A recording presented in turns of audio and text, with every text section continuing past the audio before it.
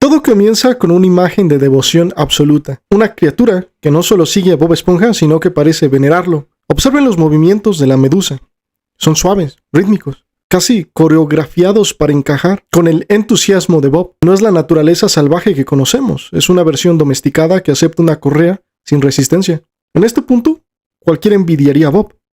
He encontrado a alguien que comparte su energía, que no cuestiona sus métodos y que se somete a sus tiempos con una afabilidad que raya en lo irreal. Parece la amistad perfecta, esa que llega a tu vida prometiendo lealtad eterna y una disposición total para agradar. Pero la diversión tiene un costo que Bob aún no percibe. Tras horas de baile, el cuerpo de Bob empieza a ceder ante el agotamiento. Pero la medusa, ella apenas está comenzando. Algo en su mirada cambia.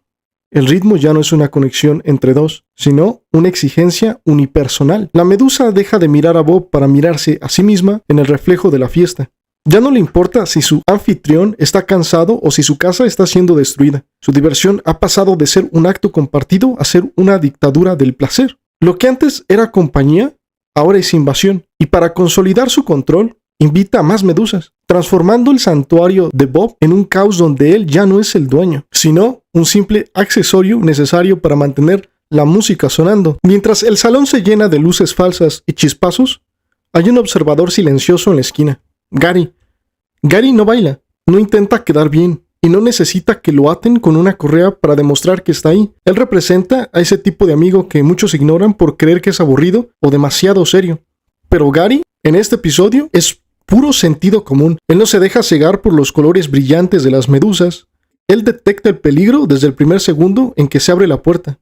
Al final, será ese amigo calmado, honesto y que no finge ser nada quien tendrá que limpiar el desastre que el amigo divertido dejó atrás cuando la música se detenga. ¿Podía Bob Esponja evitar este desastre? ¿Podemos nosotros evitar el desastre en nuestras amistades? Regresemos de nuevo para observar el comportamiento de esta primera medusa. Es exagerado. Camina al lado de Bob con una docilidad que raya en lo absurdo, hasta se siente antinatural. En la vida real, este es el primer síntoma de una amistad tóxica, el manerismo forzado. Cuando conoces a alguien que exagera su afabilidad, que parece haber ensayado cada palabra de cortesía y que proyecta una imagen de perfección constante, ya sabes lo que viene. Nada es así de bueno gratis. Esta conducta afable no nace del respeto hacia ti, nace del pánico a perder tu aprobación. ¿Por qué es peligroso? Porque quien fuerza su personalidad para agradarte, eventualmente te cobrará el esfuerzo. Ese exceso de amabilidad es la invasión inicial de un estafador emocional. Si sientes que la persona está actuando, es porque seguramente lo está haciendo. Y cuando el actor se cansa de la máscara, lo que queda debajo es el resentimiento. Bob sonríe porque confunde la insistencia con el cariño. Error fatal. Una verdadera amistad entiende el concepto de autonomía. Respeta tu tiempo, tu energía y tu silencio. La medusa, en cambio, representa a una persona que conoce los límites. Ese amigo que te escribe a horas indebidas, que se presenta sin avisar, que te demanda atención constante bajo el disfraz de querer pasar tiempo contigo. No es amor, es control. Al ignorar el espacio de Bob, la medusa está testeando qué tan elástico es su límite. Si permites que alguien invada tu tarde, pronto invadirá tu privacidad y finalmente tu toma de decisiones. Bob le abre la puerta de su casa porque no sabe decir no a una cara amable. Y ahí el invitado se convierte en el dueño. Agresión. Si intentas apagar la música, te electrocuto.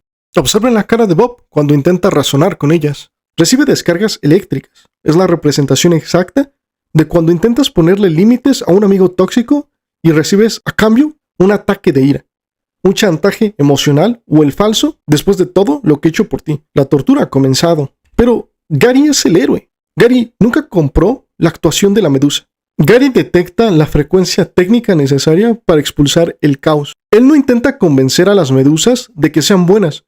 Él sabe que no lo son. Gary simplemente usa el método necesario para que se vayan. Si analizas este capítulo con detenimiento, verás rostros conocidos. Verás a ese colega que fue demasiado bueno el primer mes y terminó siendo tu peor pesadilla. Verás a ese amigo que nunca supo cuándo marcharse. La lección es clara. Desconfía de la perfección. La gente que más fuerza una conducta amable lo hace para ocultar un vacío de carácter. No seas como Bob, que necesita ser electrocutado para entender que la buena onda era una trampa.